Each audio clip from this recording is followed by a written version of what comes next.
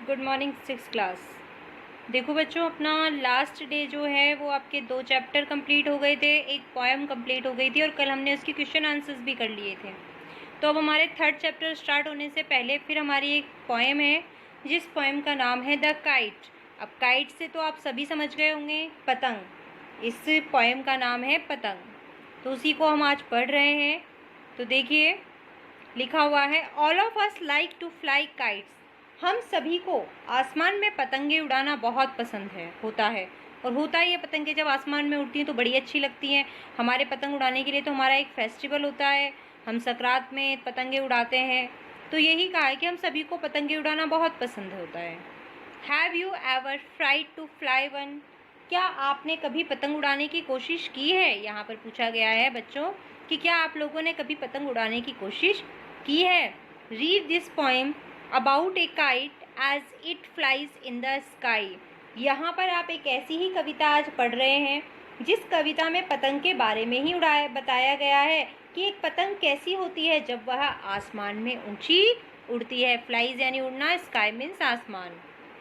तो पतंग के बारे में ही बताया, पतंग जब आसमान में उड़ती है तो कैसी होती है और कैसे उड़ाते हैं, तो वही चीज़ें इसमें दिखाई गई हैं। तो देखिए बच्चों, how bright on the blue, how bright on the blue, कि जब पतंग खरीदी जाती है तो वो कितनी नई सी होती है और कितना वो आसमान में चमकती है। ब्राइट ऑन द ब्लू का मतलब है आसमान कैसा होता है, नीला होता है। तो वो जब नई नई पतंग जब आसमान में उड़ाई जाती है तो वो कितना चमकती है। It is kite when it's new, जब एक पतंग नई होती है, जब उसे आसमान में उड़ाया जाता है तो वह कैसी चमकती हुई, नीले आसमान में जब उस नई पतंग को उड़ाते हैं तो वो कैसी चमकती है। With a dive and a dip, dive का मतलब होता है गोता लगाना, डिप यानी डुबकी लगाना। डाइव यानी गोता लगाना, डिप मीन्स डुबकी लगाना। इट स्नैप्स इट्स टेल, कि पतंग जब आसमान में उड़ती है तो देखो कैसे वो पतंग गोता लगाती है, डुबकी लगाती है और अपनी पूंछ को जोर जोर से हिलाती है। अर्थात जब वो हवा में उड़ रही होती है तो हवा के वेग के कारण जो पतंग में जो पूंछ सी लगी होती है, जब वो हिलती है तो उसी के लिए कहा गया है कि वह कभी पतंग ऊपर जाती है, कभी पतंग नीचे की तरफ आती है, हवा के वेग के साथ वो उड़ती है। तो यहाँ कहा है कि जब पतंग नीले आसमान में उड़ रही होती है तो कभी वो गोता लगाती है, कभी वो डुबकी लगाती है और कभी अपनी पूंछ को जोर जोर से हिलाती है आवाज के साथ। Then soars like a ship with only a sail, कि देखिए ऐसा लगता है कि वह एक जहाज की तरह ऊपर आसमान में तैर रही है।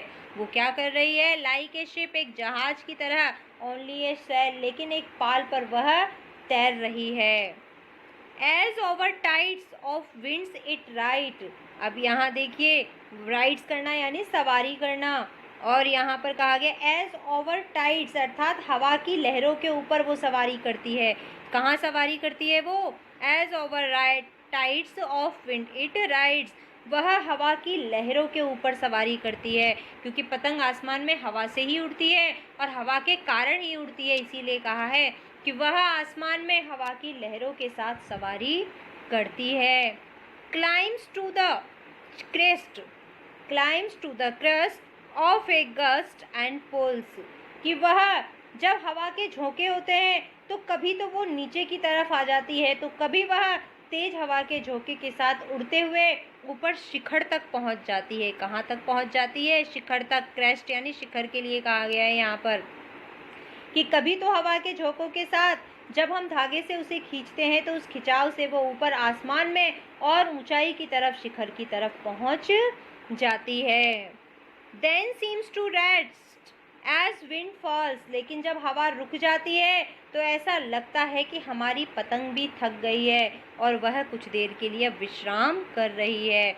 जब हवा रुक जाती है तो पतंग भी विश्राम करती हुई सी प्रतीत होती है।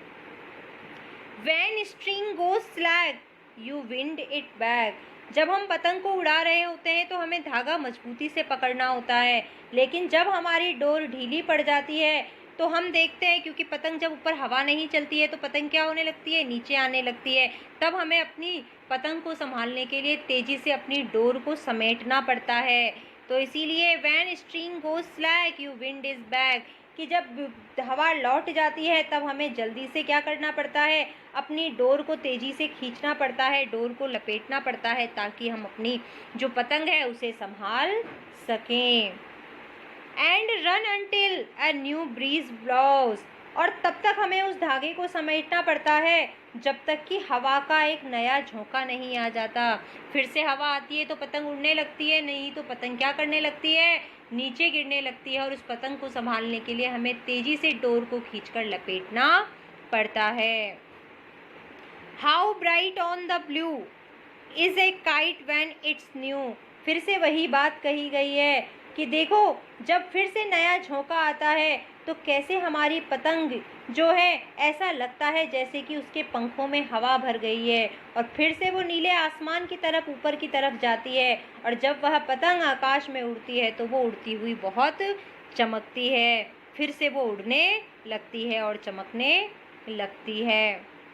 बट ए रेगडर thing you never will see, परंतु एक ऐसी चीज़ जो आपने कभी नहीं देखी होगी, एक ऐसा रेगडर, रेगडर का मतलब है यहाँ पर गंदा भद्दा सा, रेगडर का मतलब है बहुत बदसूरत, बहुत ज़्यादा भद्दा सा।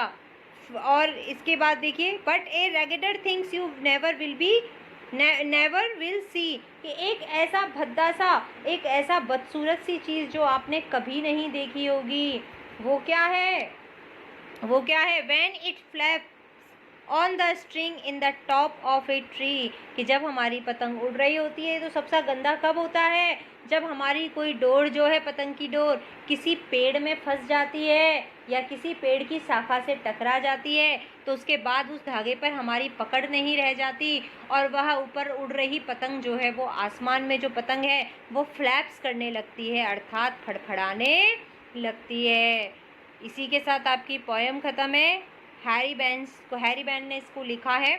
इसको हम एक बार फिर से देखिए। इसमें बताया गया है कि आप सभी ने पतंग उड़ाई होगी, जब आसमान में पतंग उड़ती है तो वो कैसी लगती है। तो देखिए, जब एक नई पतंग आसमान में उड़ रही होती है तो वो कितनी अच्छी नई सी चमकती है। जब पतंग आसमान में हवा के झोंकों के साथ उड़ती है तो ऐसा लगता है जैसे कि वो डुबकी लगा रही है, गोता लगा रही है और हवा के झोंकों के साथ अपनी पूंछ को इधर से उधर हिला रही है। वह ऐसे ही नहीं उड़ती, वह आसमान में उड़ती हुई ऐसी लगती है जैसे कि पाल की शैल पर कोई जहाज उड़ रहा हो। वह जहाज की तरह आसमान में हवा के झोंकों के साथ उड़ती हुई और पूरे आसमान की सैर करती हुई सी दिखाई देती है। वह जो हमारी जो पतंग है वह क्या करती है, वह हवा की सवारी करती है, वो हवा की लहरों की सवारी करती है।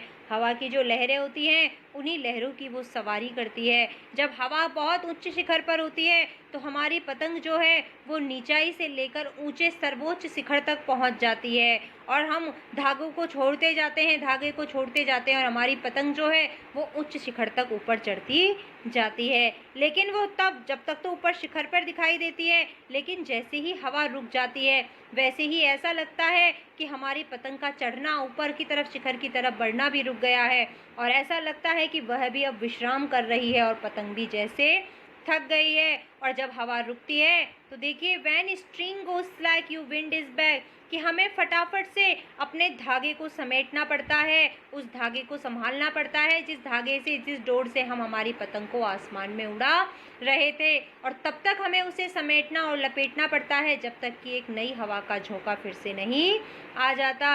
हमें फटाफट से धागे को संभालना होता है, डोर को संभालना पड़ता है ताकि हमारी पतंग कहीं उलझ ना जाए, कहीं पतंग फंस ना जाए।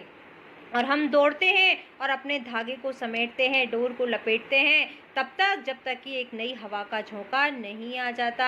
और फिर से जब एक नई हवा का जब झोंका आता है तो फिर से हमारी पतंग अपने पंखों को फैलाती हुई ऐसे उड़ती है जैसे कि वह एक पक्षी हो, और पक्षी कैसे आसमान में अपने पंखों को लहराते हुए और फड़फड़ाते हुए उड़ जाता है, वैसे फिर से वो हवा के झोंकों के साथ आसमान में उड़ती हुई एक नए आसमान की चमक के समान वो चमकती हुई दिखाई देती है। लेकिन सबसे गंदा तब होता है जब अगर हमारी पतंग आसमान में उड़ रही हो, लेकिन एक ऐसा सीन जो कोई पतंग उड़ाने वाला देखना नहीं चाहता लेकिन हो जाती है, वह चीज़ है कि जब आसमान में बहुत ऊंचाई पे पतंग उड़ रही हो लेकिन हमारे हाथ की डोर जब किसी पेड़ की ऊपरी शाखा में उलझ जाए और उस डोर पर जब हमारा कोई नियंत्रण ना रहे, उस डोर को जब हम संभाल ना पाए, तो वह जो हमारे आसमान में उच्च शिखर पर उड़ती हुई जो पतंग है, वो ऐसा लगता है जैसे कि वो फड़फड़ा रही है, जैसे किसी ने उसके पंखों को ही काट दिया है, उस पर उसका बस नहीं रहा है और वह फड़फड़ाने लगती है। फ्लैप्स ऑन द स्ट्रिंग, वह डोर से बंधे होने के बाद भी फड़फड़ाने लगती है, क्योंकि उस पतंग की जो डोर है वो पेड़ की शाखा में जो है वो उलझ चुकी है और हम उसे नहीं संभाल पा रहे हैं। तो उस हवा के झोंके के साथ वो वहीं फड़फड़ाती हुई सी रह जाती है और तड़पती फड़फड़ाती सी वहीं पर रह जाती है। तो देखो बच्चों, ये आज आपकी एक पोएम जो थी वो कंप्लीट हो गई है हमारी। इसमें एक नॉर्मल सी पोएम थी, आपको बहुत आसानी से ये समझ में आ गई होगी, क्योंकि आप लोग बच्चे और आप में से मेरे हिसाब से शायद ही कोई ऐसा बच्चा होगा जिसने पतंग उड़ती हुई ना देखी हो या पतंग ना उड़ाई हो। तो आप सभी ने पतंग उड़ाई है, तो आपको ये आसानी से समझ में आ गई होगी कि जब हम पतंग को उड़ाते हैं या पतंग आसमान में उड़ रही होती है तो वो कैसी होती है। तो इसीलिए इसको एक बार अपना रिवाइज कर लेना। इसकी वर्डिंग जो थी, यानी कि इसके जो मीनिंग्स थे वो मैंने आपको बता दिए हैं, इनके मीनिंग्स को लर्न कर लेना और पोएम को एक बार और रिवाइज कर लेना।